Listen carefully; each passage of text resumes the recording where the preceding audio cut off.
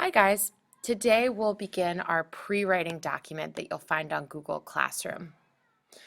So do not move on until I've approved your problem, audience, and artifact. This is so important. Otherwise, you may be doing work that may not be useful in the end. So before we actually draft our letter or create our artifact, I want us to start thinking about some pre-writing assignments. So the first part of this project is really the letter. The letter is huge. It is so important. In fact, it's going to be the largest portion of your grade. For the letter, I've set up two pre-writing assignments. The first is that you'll have to select sources. So we've read many articles over the course of this unit. You also may be able to think of some sources that you've read about on your own. And I've created a source list that you'll see in just a moment. So you have to sift through all these materials and decide, what do I want to include? This is due tomorrow by the time you walk into class. The other piece that is due on this document is that you'll have to select and analyze evidence. So once you've found sources, you can then go back to those sources and find evidence. That's not due until Monday. So under each assignment heading, you'll see selecting sources is here, and then further down you'll see selecting and analyzing evidence is here. You're going to see a bunch of directions. Make sure to read these closely. So before selecting sources, you should know that you need two sources total. You'll use one source in one body paragraph and another source in the other body paragraph. You should also take some time and review my example by just clicking on it here. This example can show you what the exemplar looks like, what your project is supposed to look like. For right now, I'm going to go back to the pre-writing document that you should have open.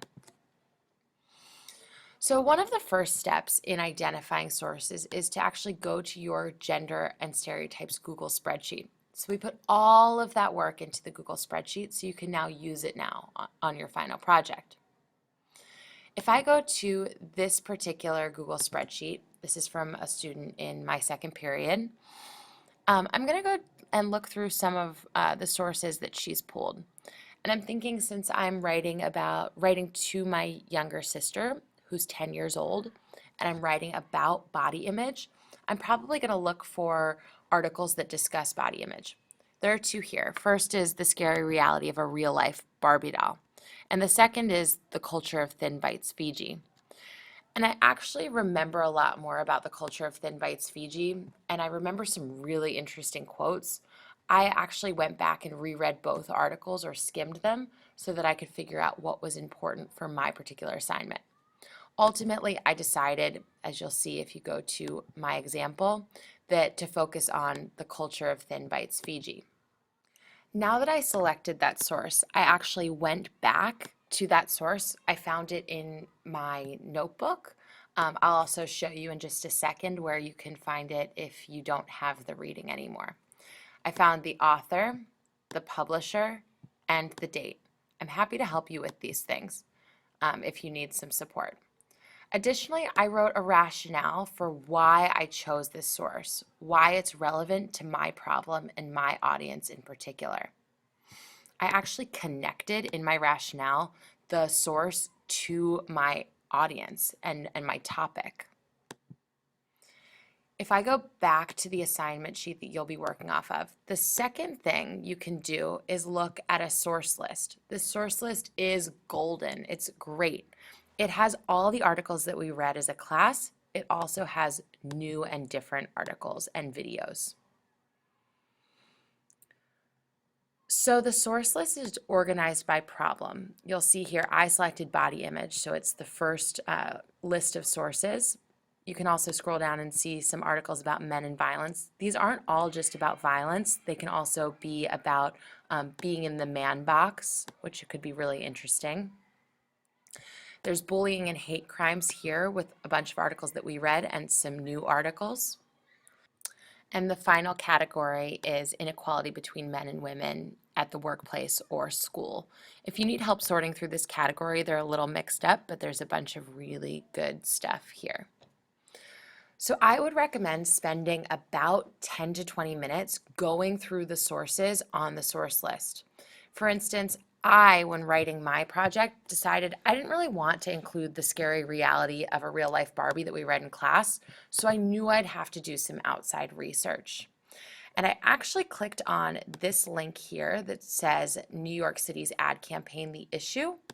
And I remember reading the statistic there that was great for my project. These are statistics about young girls. So I was like, wow, this is perfect. I'm writing about my sister who's 10 years old. I have a statistic about a 10-year-old. Great. So I go back to my example, and you'll see I included the title of the page, the issues, and then I also included the source, NYC Girl Project. You'll notice though that I didn't include an author or a date. That was because this particular list of sources or this particular list of statistics doesn't have a specific date or author. I also gave a rationale for why these statistics were important for my project. If for some reason nothing on the source list or in your Google spreadsheet is working for you, you may, and I encourage you to, actually research statistics and facts that may be useful to you. Maybe you're writing it to a really specific audience and you need a statistic that's very specific to that audience. Look it up and put the source down on your source list. Another possibility is to actually, under your source name, copy and paste the link to that particular source. Remember, Control C is copy and Control V is paste. Good luck, and I'm excited to see your sources.